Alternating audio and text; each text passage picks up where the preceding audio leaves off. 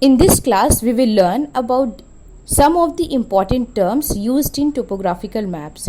So students, in the previous class, we have learned about different conventional signs and symbols used in topographical maps, and with the same manner we have seen on the topographical map also each and every feature. So with the conventional signs and symbols, you will also have to know some of the important terms that are used, because that can also be asked in the ICSE examination. Okay, that is to explain or define any of the terms. So you need to know. First, we will start from the true north. So what is a true north? True north is the direction indicated by the north star. So what is this true north? So we are considering the northern hemisphere over here. So true north is same as the north pole. Okay, so when the longitudinal lines converged at one place, so basically two places, one is north pole and the second is south pole. So but here we are considering true north. So true north is taken from the north pole. Okay, this the reference of this true north is taken from the north pole, where the geographic grid, that is the longitude lines, converge. Okay, and then we said it as a true north. Next, topographical map. So meaning we have already done in the previous class. Again I will repeat, this is also known as topo map or a topo sheet, that is very detailed large scale map. What is this? Large scale map that shows very small area in a very great detail. So what are those details? Natural features like relief, drainage, vegetation, as well as man-made features like roads, bridges, urban settlement, railways, these things they show. Next, magnetic north, the direction pointed by the magnetic compass. So this is same as the magnetic compass that are generally it is used by the geographers in order to find out the direction. Next, grid north. Grid north, earth is a sphere, but all the maps are prepared on a flat surface. Now as we look on the globe of the, that is the globe, so we will consider that okay, this longitudinal lines are the semicircular one, and when the eastern longitude lines and western longitude lines are converging at one place, so on the whole we say that it is a not semicircular, it is a circular one. Now the same thing when we are mapping or drawing on a flat piece of paper or a surface, so then what we will find and how we will draw? We draw the longitude lines as a straight one, not any semicircular or something circular. So that is whatever the longitudinal lines that we make on a flat surface, so that all lines which are going on to the northern direction, so that is the grid north. Okay. Map is a representation of the earth. So this is very simple. This is the representation or drawing of the earth on a flat surface or a piece of paper. Next is components of a map. So map is incomplete without the some of the things that are required, like title should be there, map, directions, scale, legend, and grid system, that is horizontal and vertical lines. So these things should be there on the map in order to complete it.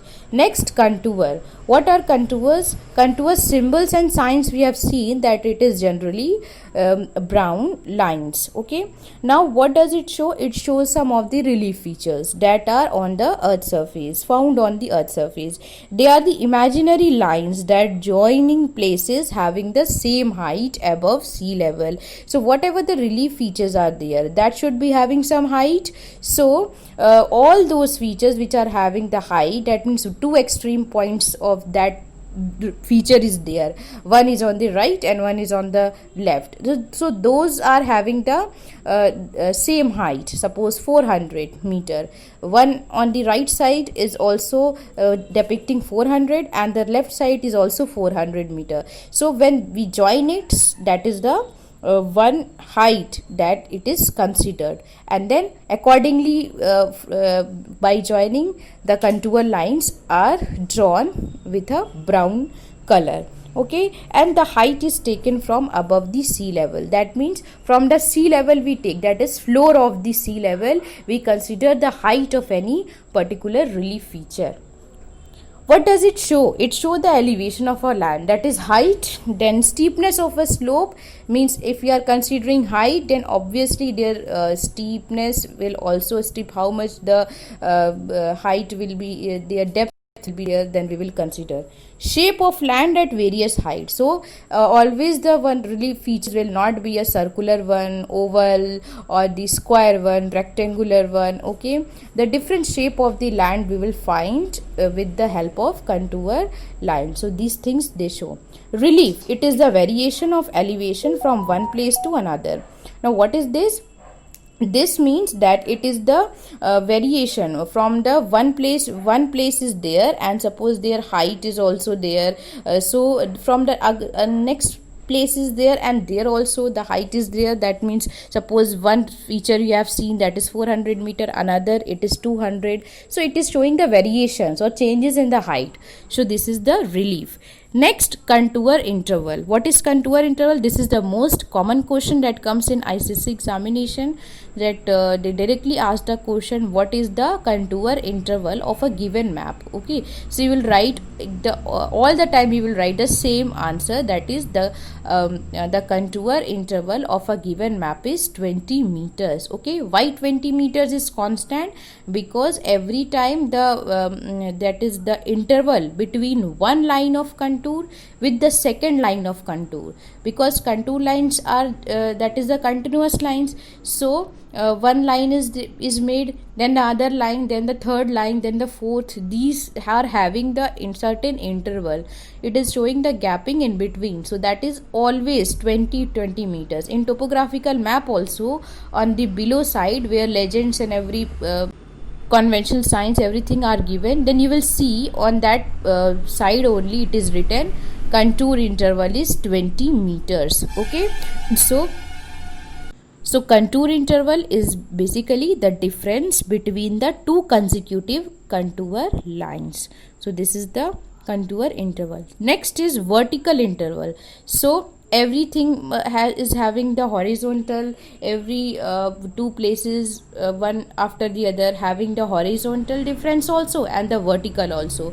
So the differences in a vertical manner which shows is a vertical interval in the contour lines. Next, index contours. What is that? Contour maps can become crowded and difficult to read. So if we will say that okay, one contour line it is having the height of 100, then another line, because it is 20 meter difference, so another contour just after that we will say 120, then the next line 140, next line 160, next line 180, next line 200, like this way 20 meters we will take.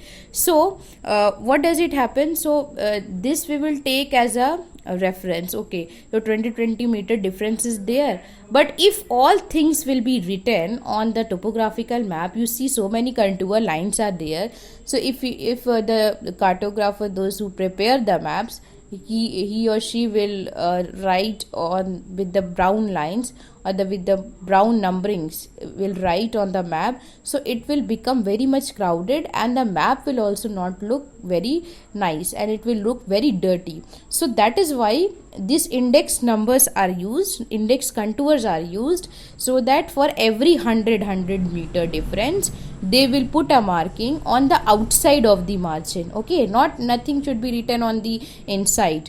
Okay, when they are writing the index contour, so they will write 100 with 100 meter interval, they will write just mark, and then on the outside margins of the topographical map these index contour lines are 10. So if one is depicting 100, and then the next after leaving the 5 contour lines, then they will write 200. Okay, then after leaving another 5 lines of contour with 20 meter difference, another they will write 300. Okay, so this is the index contour. This is just due in order to avoid the confusion, and also that is to make the topographical map neat and clean. Next, form lines. What are form lines? Form lines are same as contour lines, but they are broken. Okay, like dash dash, so they are broken. Chain, same as the contour. Why they are broken?